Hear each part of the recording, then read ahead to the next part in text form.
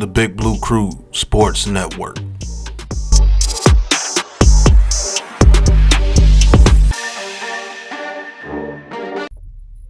What's good, y'all, man? It's your boy NYG Double Deuce coming back at you, man. And I'm just chilling on my lunch break, literally, and getting the news about Daniel Jones being benched with the New York Giants. And to be honest, it was time. To be honest, I said earlier this season, well, before the season even started, I said Daniel Jones would get benched. I said it would be week 5, and I said it would be for Drew Lock, but those were wrong. Ended up taking 10 weeks, and they're going to go with Tommy Devito. Cutlass is in there now. And to me, thank goodness. Thank goodness is finally over with, because me personally, I'm tired of talking about it. I hope this is the final video I gotta make talking about this type of nonsense with the Giants. There'll be other things to talk about, obviously, but it's time. It was time. Daniel Jones was ineffective. Got the injury guarantee. Yada yada yada. Now them going to Tommy DeVito, people were saying, why wouldn't it go to Drew Lock? Drew Lock ain't gonna be here next year. If you plan on bringing Daboll and Schoen back, they got some familiarity with Tommy DeVito. Maybe he can show him something.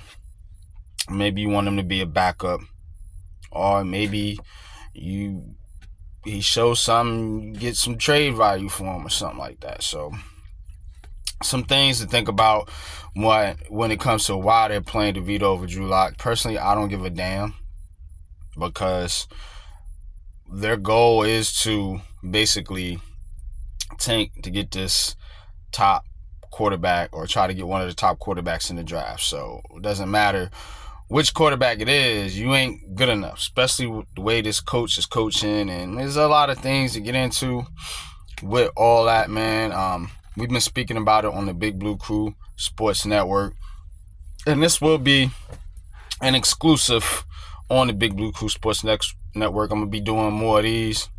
We could just call this, the lunch break, man, because that's what the Giants been doing. They've been lunching, man. They've been lunching, chilling, not getting shit done. The Giants, to me, are they're like a fast food restaurant, kind of like, this is what I'm eating now, actually. It's kind of like it's not good for you, but you consume it anyway, because what, you just need something on your stomach, right? You need some food, but this shit is bad for you. You know what I'm saying? This shit ain't good. It's trash. This, but you consume it anyway. That's just how the Giants are. We know this shit is garbage. We know the quarterback room was trash. We know the coaching is trash. You know what I'm saying? But we consume it anyway.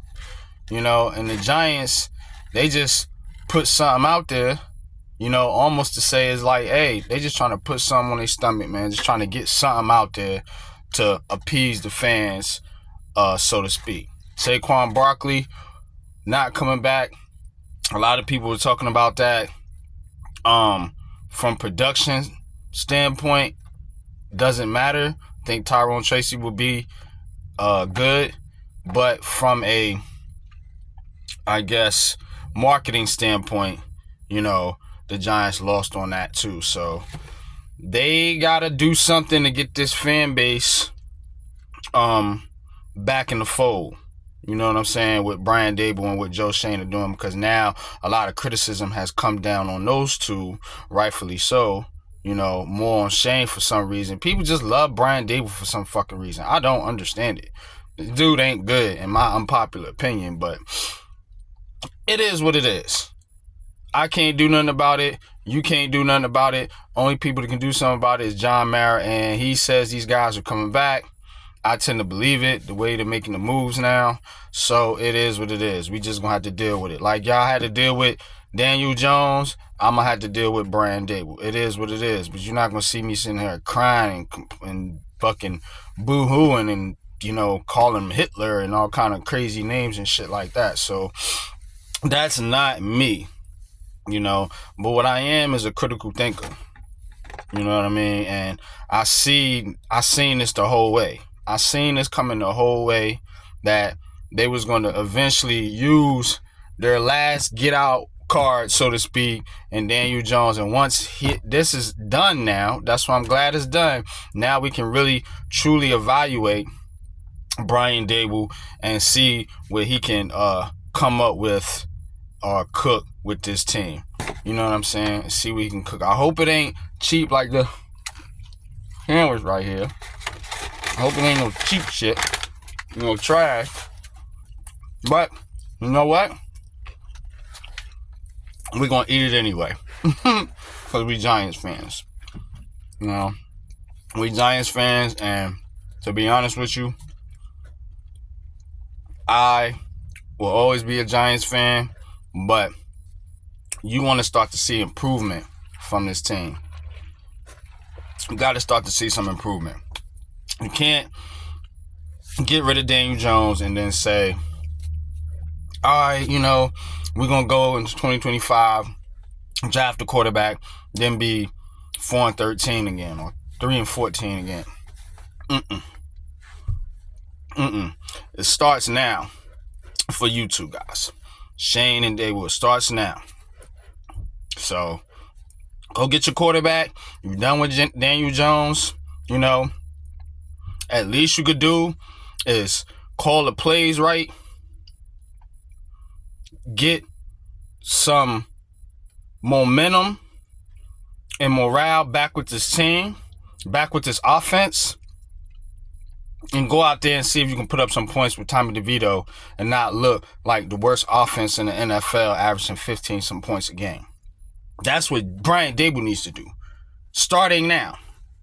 You don't have the Daniel Jones excuse no more. You don't.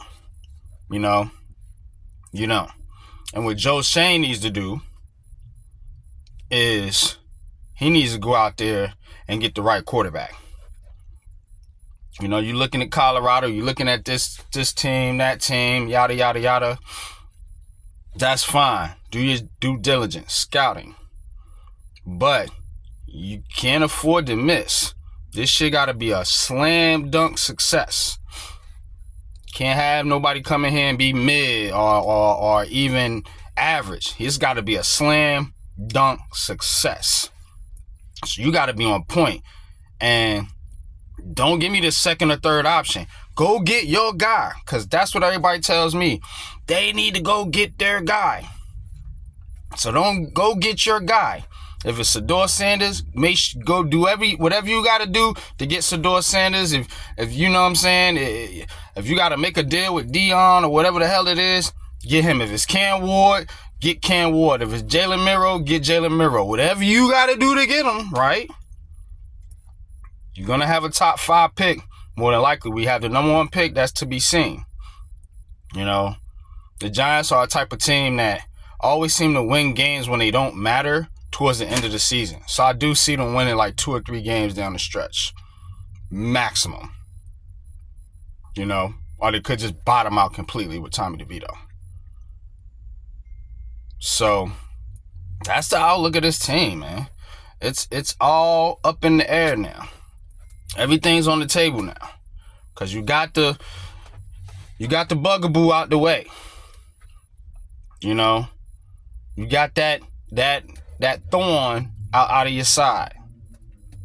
You know? So, man, this is me talking Giants on my lunch break. You know what I mean?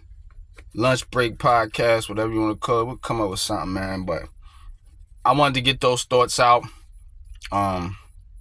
And yeah, till next time, y'all. I'm gonna get up out of here, man. I gotta get back to work anyway. But until next time, we're gonna talk more about this, of course, with the Big Blue Crew, man.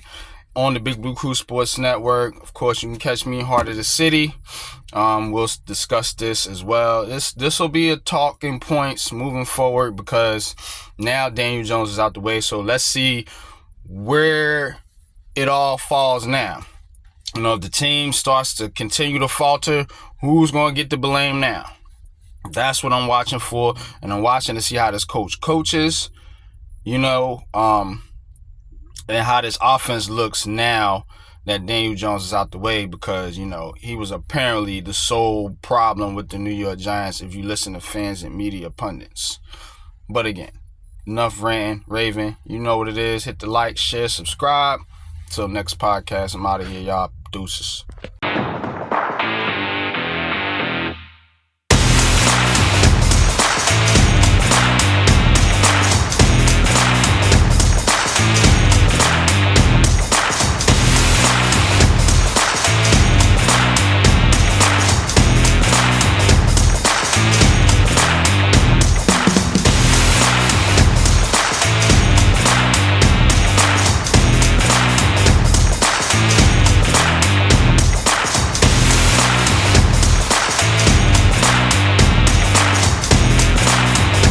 This has been a Big Blue Crew Sports Network production.